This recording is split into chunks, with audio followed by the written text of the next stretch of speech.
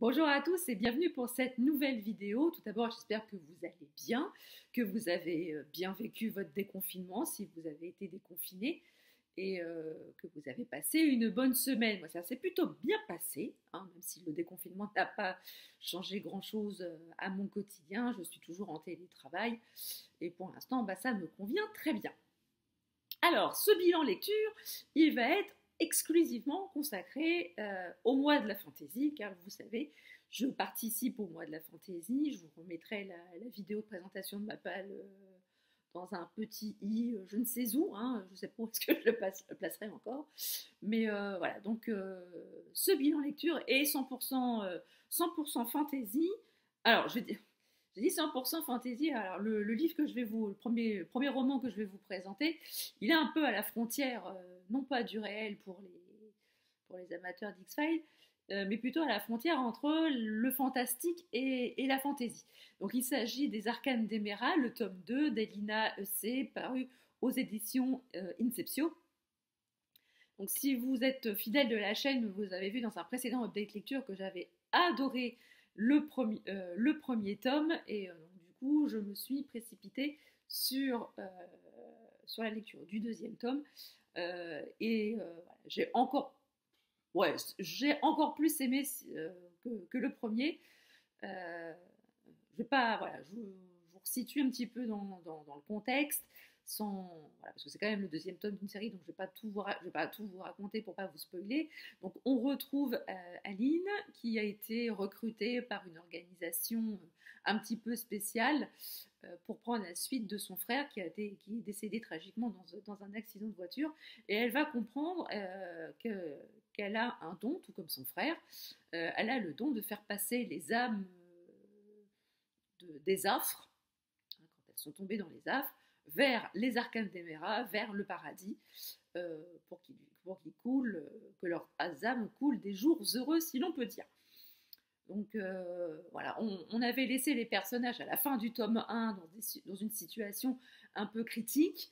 Et là, directement, ce que j'ai apprécié dans ce tome 2, c'est qu'on repart directement à la suite du tome 1, à la fin du tome 1. Il n'y a pas de. Voilà, il se passe pas 6 mois, il se passe pas un an. Non, non, on reprend vraiment directement dans le vif du sujet. Et c'est ça que j'ai beaucoup apprécié dans ce roman. Et on retrouve aussi Aline et Lucas dans leur péripétie à sauver une âme en perdition en particulier. Et à chaque mission, il leur arrive des catastrophes, mais ils ont vraiment la poisse. Ils tombent toujours sur des méchants, sur des rêves qui tournent mal. On se demande vraiment pourquoi ça leur arrive uniquement à eux. Et voilà, on creuse un petit peu plus ce qui se passe dans ce deuxième tome. Et voilà, la relation entre Aline et Lucas, bon, ça a un petit peu tourné en rond hein, dans ce roman-là. À la je t'aime moi non plus. Ils s'évitent, ils se parlent, ils s'évitent, ils se parlent. Bon, ça a été un peu chiant. Hein, on avait envie de leur dire à un moment, bon, roulez-vous une bonne galoche et qu'on n'en parle plus. Et bon, la, leur relation finit par évoluer jusqu'au coup de théâtre du dernier tome, de la fin de la fin de ce tome qui laisse supposer encore un troisième tome, encore riche en surprises. Donc j'ai vraiment hâte de tomber sur le troisième tome pour me replonger dans cette série, dans cette saga qui m'a beaucoup plu et dont j'ai vraiment envie de connaître la fin. Et je vous recommande vivement cette saga qui est un peu aux frontières du fantastique et de la fantasy. Alors pourquoi je dis ça? Parce que dans l'univers de la fantasy, il faut qu'on soit vraiment dans un monde complètement imaginaire et qu'il n'y ait pas de référence au monde actuel. Or ici, on a quand même un petit peu de référence au monde actuel, même si voilà, les arcanes d'Emera, on ne sait pas si elles, voilà, le paradis, on ne sait pas s'il existe, si c'est complètement fictif ou pas, si c'est vraiment comme ça que ça se passe, on n'en sait rien. Donc c'est pour ça que je trouve que ce roman est un petit peu aux frontières des deux, entre le fantastique et la fantasy. Donc voilà, je l'ai mis dans ce bilan lecture parce que je trouve qu'il a quand même sa place. C'est quand même une lecture de l'imaginaire, même si c'est pas complètement de la fantasy. Donc voilà, je vous conseille des Arcanes d'Emera d'Elina E.C. paru aux éditions Inceptio. Alors là, on va vraiment repartir dans de la fantaisie pure et dure et un roman que je vous avais présenté lors de ma vidéo présentation de la palle du mois de la fantaisie, c'est Iskari, Achat tueuse de dragons, le tome 1 de Christine Ciccarelli, paru aux éditions, je crois que c'est Nathan. Pas du tout, c'est Gallimard Jeunesse. Autant pour moi. Euh, donc voilà, c'est le roman que j'avais choisi pour, je crois que c'était l'item numéro 2 d'Amarwen. Pas du tout. Pas du tout. C'était pour le premier item avec des animaux, voilà, des animaux avec des créatures un peu fantastiques, voilà, les créatures fantastiques. Donc là, en l'occurrence, achat tueuse de dragon. Donc je vous le donne en mille. On y parle de dragon. Voilà. Voilà pourquoi j'ai choisi ce roman pour le challenge du mois de la fantasy. Donc, j'avoue que j'ai eu très très peur au début de ce roman car j'ai eu beaucoup de mal à rentrer dedans, beaucoup de mal à accrocher à l'histoire, beaucoup de mal à accrocher à Asha, le personnage principal. J'avais beaucoup de mal à rentrer dedans, à m'attacher à elle. Et puis, voilà, voilà, il arrive un événement dans ce roman qui fait que tout bascule et que voilà, l'action part, l'action se met en place. Et, et en fait, voilà, j'ai beaucoup, beaucoup apprécié ma lecture, beaucoup apprécié ce premier tome, même si j'ai trouvé qu'il y avait un petit peu de longueur. Et voilà, la relation entre Asha et Torwin tourne un peu en rond tout au long du roman. C'est voilà, un peu comme précédemment dans les arcanes d'Emera entre Aline et Lucia. Là, c'est pareil, hein, c'est le je t'aime, moi non plus. Non, je ne peux pas t'aimer parce que je vais te mettre en danger. Voilà. On a envie de leur dire aussi à un moment, roulez-vous une bonne galoche, ça va vous détendre du string. Et on va repartir sur de bonnes bases. Ben voilà. C'est ça qui m'a un peu fait lever les yeux au ciel dans ce roman. Sinon, il y a une scène où j'ai vraiment versé ma petite larme. Je m'y attendais pas du tout. Et pourtant, voilà, mon petit cœur mon petit cœur a été tout émotionné à la lecture de cette scène. Mais voilà, j'ai beaucoup aimé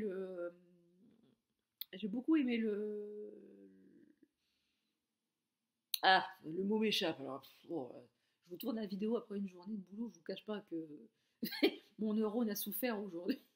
Voilà, j'ai beaucoup aimé la mise en place du contexte, la mise en place du royaume, la mise en place de tout le décor, toute la scène politique. Parce que je pense que ça va avoir énormément d'importance dans le tome 2. Voilà, l'autrice a bien mis en place un peu tout ce contexte-là pour la mise en place pour la mise en place de la suite. Voilà, c'est une très très bonne série, c'est une belle découverte. Hein. Je pensais pas voilà, que ça allait autant me plaire, malgré les débuts un peu difficiles. J'ai beaucoup aimé la relation d'Asha avec les dragons qui évolue, hein, parce que je peux vous dire qu'au début du roman, la relation avec les dragons n'est pas la même qu'à la fin. Ça évolue vachement. Et même le personnage d'Asha évolue vraiment beaucoup. Parce que même si elle est elle est un peu relou au début, je peux vous dire qu'elle est particulièrement attachante à la fin. Et voilà, je vous conseille vraiment c'est pas un coup de cœur, hein, pas encore, mais c'est vraiment une très très bonne découverte. Je vous conseille vraiment Iskari à découvrir vraiment. Alors, ensuite, on poursuit notre petit tour de la fantaisie avec un roman que je n'avais pas mis dans ma palle pour le challenge Mois de la fantaisie. Il s'agit de Terre de brume, le tome 1, Le sanctuaire des dieux, de Cindy Van Wilder, publié aux éditions Rajo.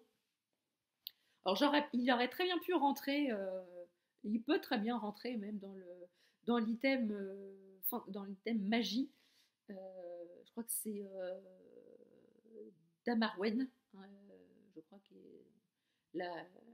c'est celle au grand pouvoir. Donc, je pense que ça peut rentrer dans cet item-là. Là, on va rencontrer Hera, qui est une jeune femme qui a été recueillie par le sanctuaire des prêtresses de l'eau quand elle était tout bébé. Et elle est Voilà, elle est apprentie là-bas pour utiliser sa magie et devenir une guerrière. Et voilà, on est dans un monde qui n'a plus rien à voir avec celui d'aujourd'hui, car il y a eu un énorme cataclysme où la brume a absolument recouvert tout ce qu'on existait et qui a détruit aussi tout le monde que l'on connaissait auparavant, et il n'y a guère que quelques survivants qui se sont regroupés en sanctuaire.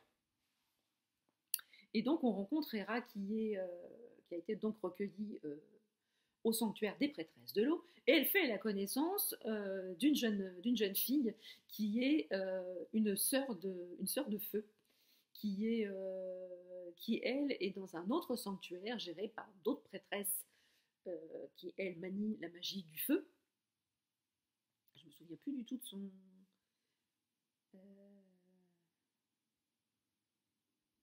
bon, on l'appelle Inti dans le roman, mais son nom entier, j'avoue, j'ai un trou. Comme je vous dis, je devrais pas filmer, je devrais pas tourner de vidéo après une journée de boulot, parce que là, mon neurone est vraiment à bout de souffle.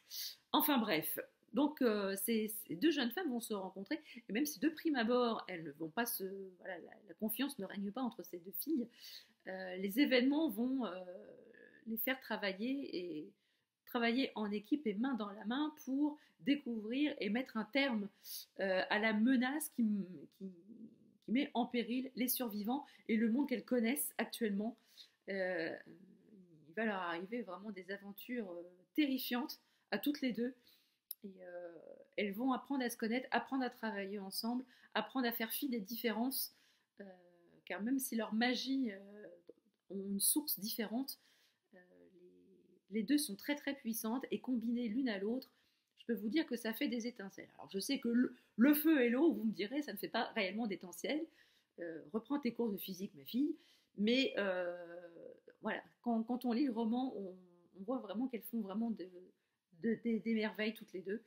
Et j'ai appuyé sur la couverture, fallait pas. Le monde, voilà, le monde créé par Cindy Van Wilder est passionnant, même si voilà, c'est brumeux, hein, c'est opaque. Voilà, l'ambiance est opaque, on va dire ça comme ça. Je pense que ça résume très bien l'ambiance du roman, c'est opaque. Et voilà, Hera et Inti vont peut-être apporter la lueur qui éclairera le monde de et qui vaincra cette opacité brumesque. Et je pense, voilà, le tome 2 va être à la hauteur du tome 1, si ce n'est plus, parce que je pense que les deux filles sont arrivées à un moment d'histoire où il va leur arriver encore plus de bricoles que dans le premier tome. Voilà, c'est une saga dont j'avais vraiment beaucoup entendu parler, qui était depuis très longtemps dans ma palle, et je me suis dit, bon allez, c'est le mois de la fantaisie, tu ne l'as pas mis dans ta palle, mais peu importe, vas-y, lis-le, et franchement, je ne le regrette pas du tout. C'est une très très bonne surprise, et j'ai très très hâte de tomber dans le tome 2, qui j'espère sera d'aussi bonne facture. Donc voilà, cette vidéo est à présent terminée, j'espère qu'elle vous aura plu. Dites-moi en commentaire ce que vous avez lu dans votre mois de la fantaisie, si vous êtes tenu à votre palle, ou si vous avez fait quelques petites entorses, un peu comme moi. Mais bon voilà, on sort un peu de la palle, mais ça reste quand même de la fantaisie. Je pense que je l'intégrerai quand même, mais c'est Terre de Paume, je l'intégrerai quand même dans mon challenge. Voilà, j'espère que ça vous a plu. N'hésitez pas à mettre des petits pouces bleus, ça fait toujours plaisir. N'hésitez pas à la partager, à la liker, à venir en commentaire papoter avec moi. Et si vous n'êtes pas encore abonné à la chaîne, n'hésitez pas, ça fait plaisir et ça ne fait pas de mal. Sur ce, je vous laisse, je vous souhaite de très très belles lectures, une très très bonne journée, une très très bonne soirée. Et je vous dis à très vite dans une prochaine vidéo. Je vous dis à très bientôt. Je vous embrasse très fort. Bisous.